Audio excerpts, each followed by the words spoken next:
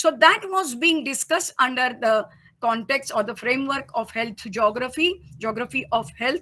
But later on, we find that the interpretations of this subject, these were given in terms of the, you can say, uh, actually, it was more in terms of occurrences than spread of the disease.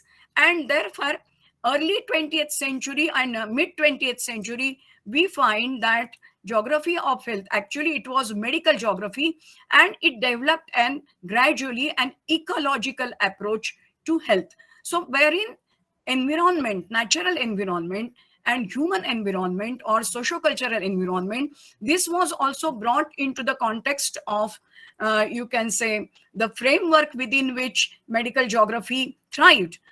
Later on, we find that all this, however, became more ideographic, more, these remain more descriptive, and therefore a kind of a positivist approach was adopted, in which lot many you can say, the besides narration, there were some diagrams, some mapping, and at the same time some kind of formulae were prepared, and it was mere description of the disease, its flows, and how people are responding to it, but nothing beyond that. Though it was referring to the ecology, nothing much critical perspective was involved in these types of works which were being done in medical geography. Here we find that it was a triangular kind of a conceptualization.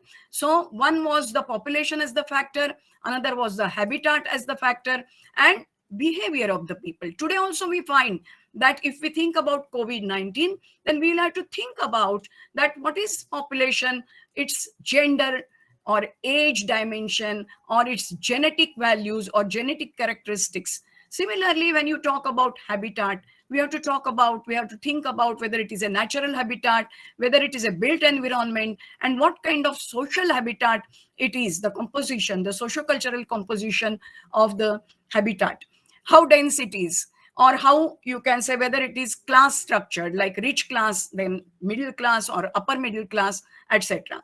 Similarly, we have the behavioral context, and that has so many beliefs are there. These beliefs we are facing now, when the vaccination drives are going on, we find that many of the people are against vaccination. Now, even in the developed countries, we find the paradoxical situation is that, to which I am going to refer to later more elaborately, that we are going to find that people are not ready to get vaccinated. Some of them, they feel that this will have their impact on their on their body, which is a long-lasting impact, or many of the people are just ignorant about it, or many of them feel that nothing much is going to happen. There are so many ways in which people behave and they think, but this is also structured by the cultural contextuality of that population. Similarly, we have the technology, availability of the technology, availability of the laboratories, availability of the possibility of production of medicines and the virus, the vaccination or analysis of the virus, what kind of virus it is. All this is related to the technology. And then you have the social organization, in which we find that the structuring of the health facilities, through which the entire, you can say, the flow of the services will take place, for which you require the governance. The governance is from the political systems, and the decision making is made at various levels of political systems, their machineries, and through which we find that it is transmitted to the medical institutions, and then it comes to the local levels. So social organization is also very important to have the, you can say, impact. And that is what was being definitely studied in medical geography, though these studies were still very, very descriptive during the period of 1950s to 1970s. So what was being done? Disease mapping was being done, or environmental health hazards and their descriptions and analysis was being done, no doubt about that. Cultural ecological, you can say, approach was taken. Diet composition and nutrition was considered. Then diffusion, various types of studies which talked about how the diseases are diffusing. Today also we would like to have this understanding that how COVID-19 has diffused. So we find that these were the different major themes under which this entire study of medical geography it was getting organized. And then we find that finally it focused on geography of health care. So what difference did it make?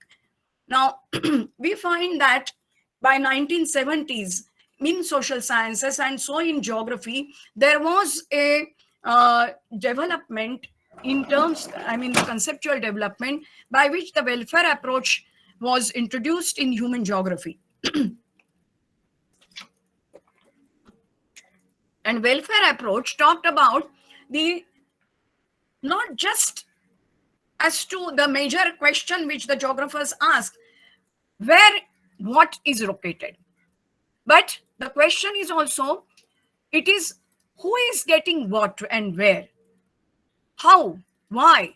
All these questions became relevant, and thus we find that in this we find that the who involved individuals or various types of social groups, what involved goods and services, and aspects of well-being, wherein we find geography of health gets located.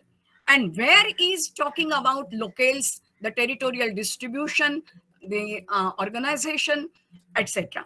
So we find that this change, this brought in the concept of the distance decay effect or the inverse care law. As you are moving away from hospitals, as you are moving away from the medical facilities, the access to medical facilities and its impact, this becomes lesser, and a larger number of people, they remain uncovered from these types of facilities. That kind of an understanding was developed, and the studies were oriented to that. Then we come to the actual development of geography of health, which became the sub branch of social geography. And in this we find that it is not just the spread diffusion, this was important, but also the structure of the social and economic and political subsystems in the society. This became the focus of the researches which were being done. So David Harvey, he argued that it is the spatial and territorial justice which is important when you are talking about social geography, and for that matter, geography of health, health care. Because this question arises, acha, who is getting what and where and how? What quality? Is it bringing them well-being?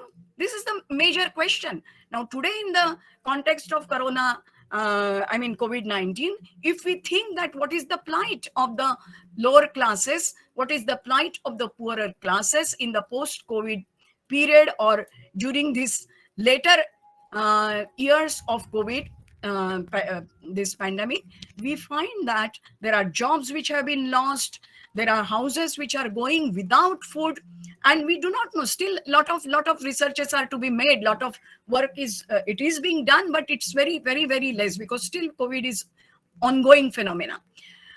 And therefore, we find that this kind of approach, this provided a boost up to many other things. That is, ethnographic approaches were also being taken, and at the same time, qualitative methodologies, these were also being adopted. And thus, you have the, you can say, classification of the approaches which in social geography were adopted, within which we find that geography of health can be posited. And that becomes initially the spatial or the scientific approach, which was positivist approach. Then there was a humanistic approach. Then we find that in the later period, there was a radical approach, which talked about the role of capital, which talked about the role of economy and the political economy of the world or of the countries or of the regions. And that is how it linked to the processes which would govern to what you are finding on space. Now, this was made possible because application of the theory of relativity of Einstein's to the social, you can say sociology, in geography, and in other social sciences, because of which space was considered not just the Euclidean space, by which you can measure in terms of kilometers, you can measure the area, you can measure, you can say length and breadth, etc., or you can think about the size of the cities. But that's not the only space. The space is also the space which is embodied within, the space which is structured by these processes, and but because of which you find that there is a structuration of the cities, like the upper class residential areas, lower class residential areas. From where does the space come in this way? How does it get structured? This is what was the query of the geographers, radical geographers, and they were then reflecting upon the role of the capitalist systems. How have they changed and structured the world into first, second, and third world? Nisha and many other geographers who have studied here, they may remember our paper on the third world geography, or the special dimensions of development and underdevelopment. So geography was referring to these things, and in social geography we find that this perspective was adopted gradually. Now similarly, in the post-structural, you can say, phases of development of the subject, we find more critical perspective was adopted, and this paved way for a critical perspective in geography of health as well. So here we find that you have the social structure, you have the ideological or cultural aspect, you have the political or judicial aspect, then you have the economic aspect, then you have the identities of the people, which is of course subjective, which talks about gender, which talks about race, which talks about ethnicity of the people, sexuality of the people, their ability, their age aspect.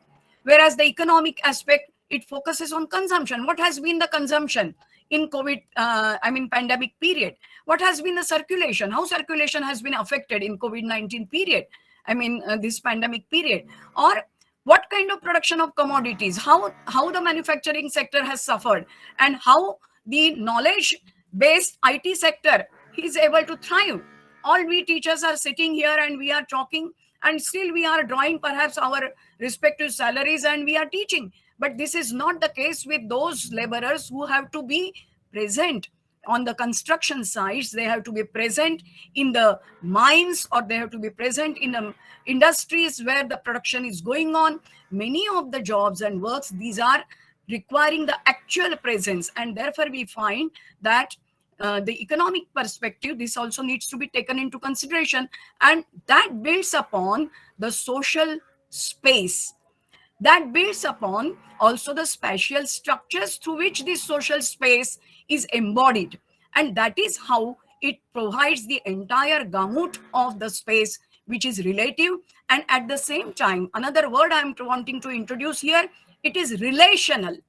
What is the relationship of capital with the less developed countries? How the capitalist structures of MNCs, multinational corporations, they have forced, for example, WTO has forced to open up the economies of many of the third world countries, and it could make its entry, it could penetrate down, and therefore today we find that the entire structure of the economy, the global economy, has changed. China has become the supply zone of the production of commodities, and because of COVID, the supply chains have been obstructed, and so we are finding that large proportion of the material, raw material, which we require to produce certain things, we are not getting because the supply chains have been affected.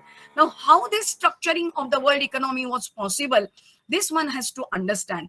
Why do we understand this when we are talking about COVID-19? Simply because COVID-19 is a reality which has occurred because of the way in which globalization and the capital has unfolded itself across the world.